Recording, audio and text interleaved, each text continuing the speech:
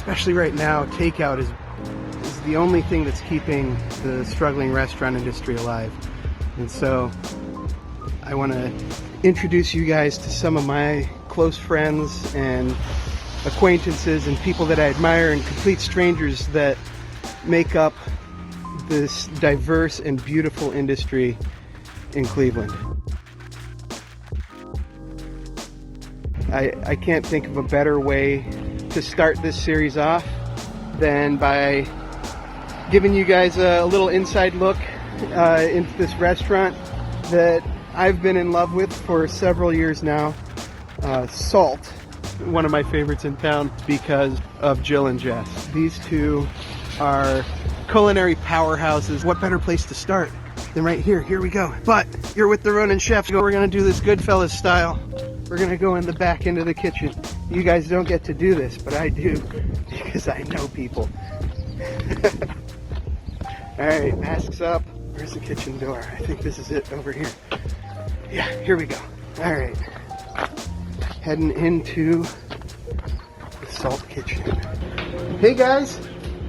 Hi.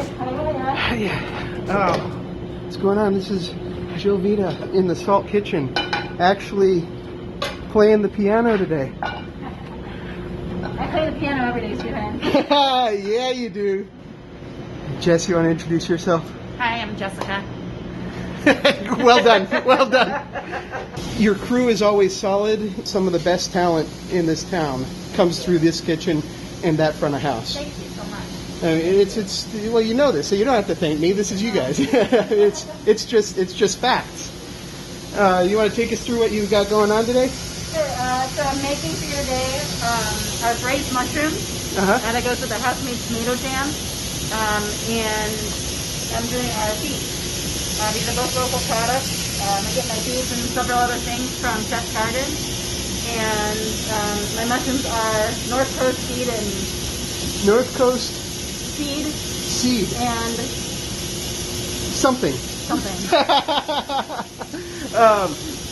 Duncan's doing a good job here in town too, and then there's Killbuck, 3 really good mushroom producers. Yes. A word about mushroom. It's funny you should mention. We're producing products now that feature locally grown mushroom powders. The reason being, mushrooms are extremely sustainable to raise. There are all kinds of health benefits and all kinds of ecological benefits and economic. So it's really cool. You're a local mushroom grower. So what we have in here are chestnut mushrooms, and then a mix of different oyster mushrooms. So chestnuts are one of my favorites. They're peppery, super crunchy. They've got a great texture. Yeah, absolutely. So I braise them in a little bit of red wine, and then I make a sherry vinaigrette, basically. Now, your style of cooking has always struck me as kind of a Mediterranean backbone. Is that accurate? Yeah, I kind of came up in a place called Kika, and it was a Spanish Mediterranean restaurant. But I like food from everywhere, so I try to incorporate as much flavor as possible. 4.5 years you've been open. In that time, that's a very short amount of time for any restaurant to be getting the kind of acclaim nationally, the kind of press, the kind of this is a lot to keep up with under normal circumstances. Yeah. And then this year you have to turn around and reinvent your entire life. Our whole premise was to bring the dining experience back to food and how that looked to us when we were growing up and eating out in the fancy restaurants. So we wanted to take that concept and bring it to Salt, which we did, without being pretentious. And when COVID hit, it literally stopped us in our tracks. We closed for 3.5 weeks right after the closures happened. What people were really missing was salt. And so Jill worked very hard on a menu. Menu 19 was our first takeout menu. I worked really hard on our cocktails to make sure that everything would travel well. We tried out different containers because in essence now we're a takeout restaurant.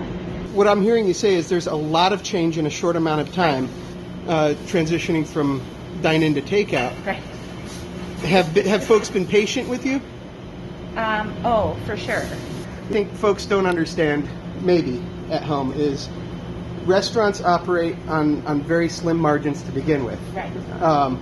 And when a sit-down dine-in establishment goes from being a sit-down dine-in establishment that relies on liquor sales to a takeout joint, things become difficult. Very difficult. Thank So, you for bringing that up. This is why it's so crucial that we want to highlight places. These guys have to do as much volume of takeout as they possibly can, because they're down to 30% occupancy on the floor, and day to day we don't know if that's going to go away too. Right, right. We reopened our dining room and bar and patios. We are socially distanced. All of our tables are 6 feet apart from each other. We require masks even when you get up to use the restroom. Our servers have conversation with our guests about keeping their masks on. We have sanitation stations throughout the dining room, hand sanitizer, QR codes for our menus, paper menus for those who can't navigate through a smartphone. Single use. Yep. Yeah. And that's something folks don't realize too, is we're printing menus every single day. Yep. Yeah. Every day. So we're doing everything we can to make sure that you have a really good time here at SALT when you come and visit us. These guys are really taking as you've heard, taking every possible measure they can to keep folks safe and to not be the place where things are spreading. But things are spreading, and that's not going to negatively affect small gatherings at homes. That's going to negatively affect these businesses. The decisions we make are directly affecting good friends in this fantastic industry who have poured their hearts and souls into making such a beautiful space. And the same things that you're hearing right now are happening everywhere in the world, but all across Cleveland. So these struggles are real, and despite the struggles, we're seeing fantastic art, right? I mean, look at these colors. Look how delicious all of this stuff looks. I mean, you are really doing it. You're putting stuff in boxes that this is unheard of. Like this is ridiculous. I wanted the food to, try to look as much like it does here. It tastes good. Well, you're killing it. You're doing it. Okay. Look how pretty it looks. Look what you did.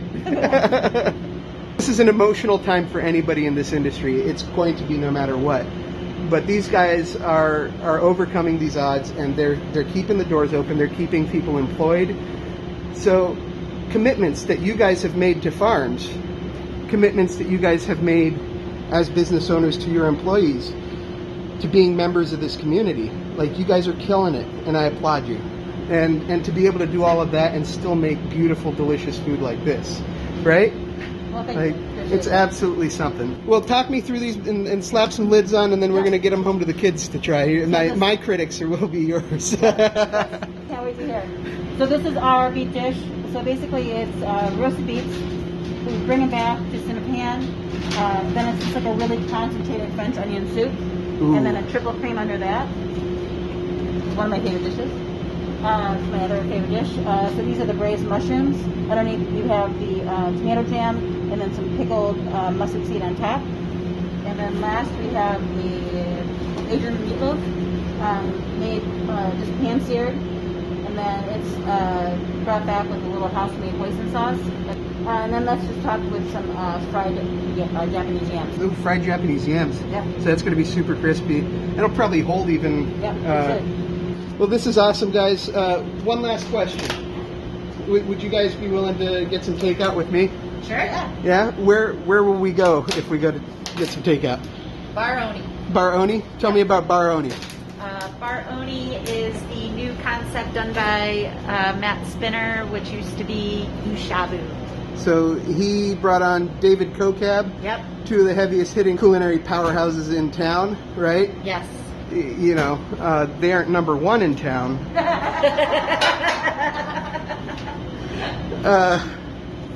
But, they made the list, though. I was 2 spots down from you, I think? Yeah? All right, well, we'll set that up and we'll get out to Bar Oni for some delicious food. I can't wait to try it. I was actually at Kitchen for about 30 seconds a couple years back. Worked with Spinner. He's a great guy. I know David pretty well. Just good people, these two. Lots of fun. And I look forward to breaking some bread with you guys. Thanks a lot for time and food. I can't wait to try this out. and we'll see you guys again soon. Great. Cheers. Cheers.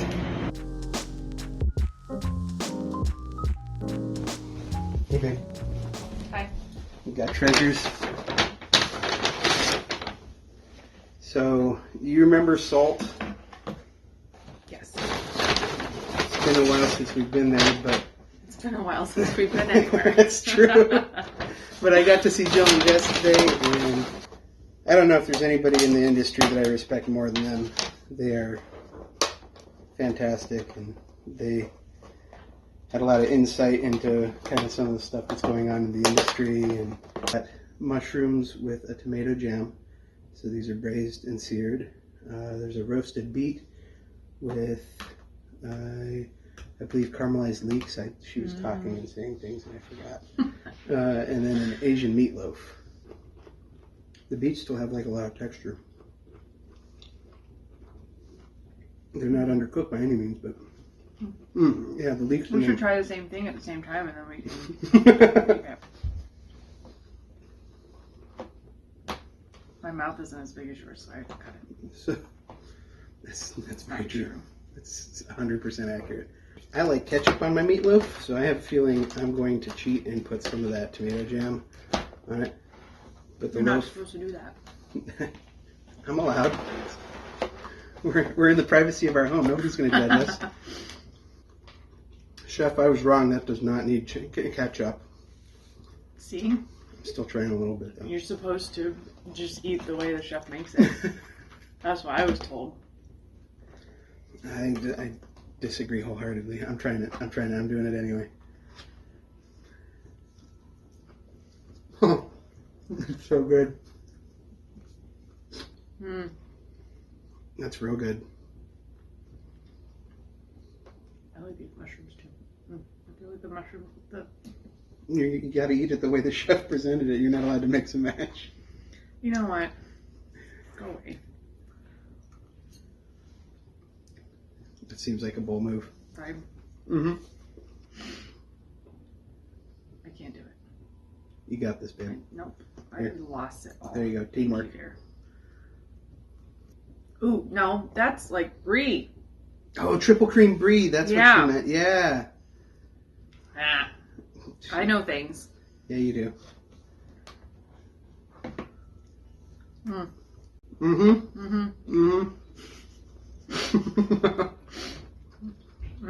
Well, that certainly flips Katie the would beet love salad this.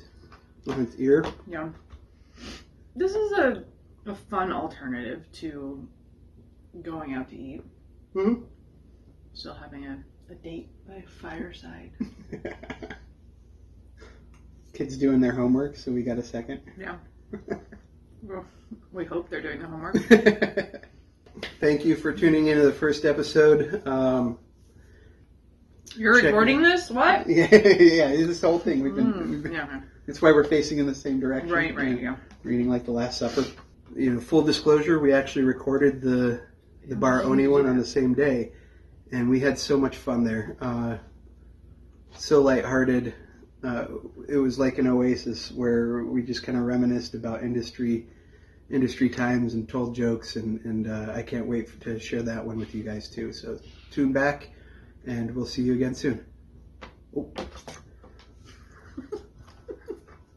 So smooth. You are so suave. So suave.